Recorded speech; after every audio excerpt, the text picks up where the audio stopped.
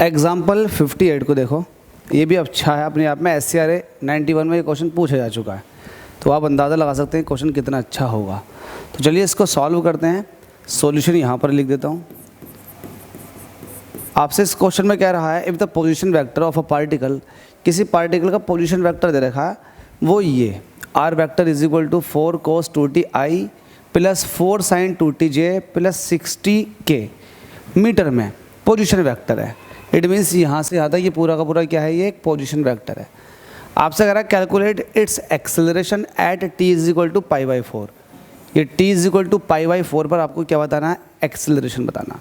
तो ये क्वेश्चन बड़ा इजी बन जाता है। देखो किस तरीके से, सबसे पहले आप लिख लें, आप देखें कि आपको पोजीशन वेक्टर दे रखा कितना है, ये 4 cos 2t i plus 4 sin 2t j plus 60 k ये है। ठीक है, ये पोजीशन वेक्टर दे रखा है मीटर में। अगर आपको वेलोसिटी फाइंड आउट करनी होती है, देखो आपको वेलोसिटी निकालनी ही पड़ेगी। आपको जब एक बार डिफरेंशिएशन करोगे टाइम के रिस्पेक्ट में, तो ऑटोमेटिकली बाय डिफ़ॉल्ट वेलोसिटी निकल कर आ जाएगी। तो वेलोसिटी निकाल लो, ये होता है टाइम के रिस्पेक्ट में डिफरेंशिएशन पोजीशन वेक्टर का।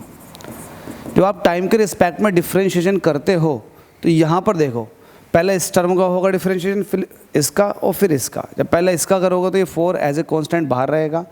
cos 2t का होता है माइनस साइन 2t। आपने इसको cos थीटा मान कर करा है, तो cos थीटा का माइनस साइन थीटा होता। लेकिन क्या ये 2t आपने t के रिस्पेक्ट में किया, तो क्या ये t है? नहीं, ये है 2t। तो 2t का जब आप डिफरेंशिएशन करते हो तो 2 एज ए कॉन्स्टेंट बाहर आ जाएगा, ऊपर बचेगा dt/dt जो कि कट जाएगा। तो जब भी आप 2t का डिफरेंशिएशन करोगे तो सिर्फ 2 आएगा मल्टीप्लाई में। ठीक है, तो ये पहली वाली टर्म का हो गया आई कैप, ये ऐसे ही दिखाई देगा जैसे था आई कैप। इसी तरीके से आप इसका करो, कोस का हो गया माइनस साइन, ऐसी प्लस लगा करके जब आप इसका डिफरेंशिएशन करोगे तो ये हो जाएगा 4 साइन 2t का होता है कोस 2t। लेकिन क्या ये t है? नहीं, ये 2t है। तो फिर इसका दोबारा से करोगे तो हो जाएगा 2 प्लस लगा हुआ, प्लस पहले j यहाँ को दिखा दो, फिर प्लस लगा दो। 6t का जब डिफरेंशिएशन करोगे तो 6 तो कांस्टेंट है, t का होता 1, तो ये हो जाएगा 6 × 1 k कैप, ऐसे ही रहेगा। अब आपके पास ये पूरा का पूरा जो एक्सप्रेशन आया हुआ है, ये वेलोसिटी का आया हुआ है मीटर पर सेकेंड। क्योंकि जब आप एक बार डिफरेंशिएशन कर देते हो बाय डिफ़ॉल्ट ये ऑटोमेटिकली वेलोसिटी बन जाता है। ठीक है, वेलोसिटी आप एक बार सही करके लिख लीजिएगा। कितना हो जाएगा, माइनस 4 दूनी 8 माइनस के 8 साइन 2t, ये आई कैप है, प्लस 4 2 8 cos 2t, ये पूरा का पूरा ये j कैप हो गया, प्लस का 6 k कैप, ये आ गया। अब आप एक्सेलरेशन जब निकालते हो तो वेलोसिटी का भी आप एक बार डिफरेंशिएशन और कर देते हो। डिफरेंशिएशन अब वेलोसिटी का होगा, क्योंकि एक्सेलरेशन होता है dv/dt। तो आप यहाँ पर आप वेलोसिटी का डिफरेंशिएशन करोगे टाइम के रिस्पेक्ट में। जब करने के लिए जाओगे तो इस टर्म का करोगे पहले, तो -8 तो ऐसे रहेगा, साइन 2t का होता है cos 2t। लेकिन क्या ये t था? नहीं, ये 2t था, आपने t मान के किया है। तो आप 2t का जब करोगे तो ये 2 हो जाएगा, ये i ऐसे ही रहेगा। सिमिलरली लगाओ प्लस, ये 8 ऐसे ही रहेगा। cos 2t का होता है माइनस साइन 2t। लेकिन क्या ये t था? नहीं, ये 2t था, तो इसका दोबारा से करोगे तो हो जाएगा 2। तो ये हो गया j वाला। k में t नहीं है, k में t नहीं है, तो इसका हो जाएगा 0। ठीक है, इसको सही करके लिख लो। आपके पास एक्सेलरेशन निकल कर आ चुका है।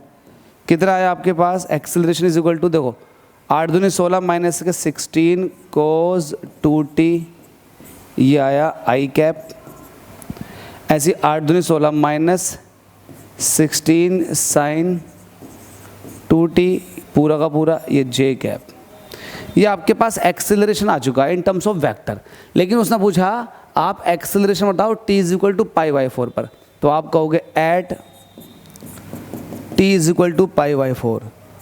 t इज इक्वल टू π/4 पर जब एक्सेलरेशन बताने के लिए जाओगे आप, तो वैल्यू कितनी हो जाएगी? माइनस के 16 cos 2 ऐसे रहेगा, t की जगह रख दोगे आप π/4 और ये आई कैप रखोगे बाहर को, माइनस के 16 साइन 2 ऐसे रहेगा, टी की जगह रख दोगे π/4 और ये ब्रैकेट बंद और जे ऐसे ही रहेगा। इसको सही करके देखो, जब आप 2 से काटोगे 4 को तो ये π/2 हो जाएगा। कोस π/2 मतलब होता है कोस 90 और कोस 90 की वैल्यू होती है 0, तो ये पूरा का पूरा टर्म हो जाएगा 0। आई वाला टर्म पूरा का पूरा 0 हो जाएगा, तो इसको मिटाई दो।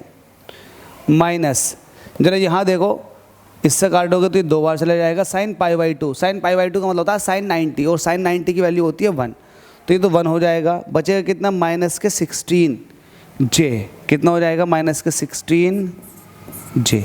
आपके पास ये एक्सेलरेशन बचा माइनस के 16 जे मीटर पर सेकंड स्क्वायर। चूँकि एक्सेलरेशन है तो यूनिट हो जाएगा मीटर पर सेकंड स्क्वायर। तो यही आपसे पूछा था कि एक्सेलरेशन बता दो, तो आपने बता दिया 2 बार डिफरेंशिएशन करके। तो उम्मीद करता हूँ एग्जाम्पल 58 भी आपके क्लियर हो चुका होगा।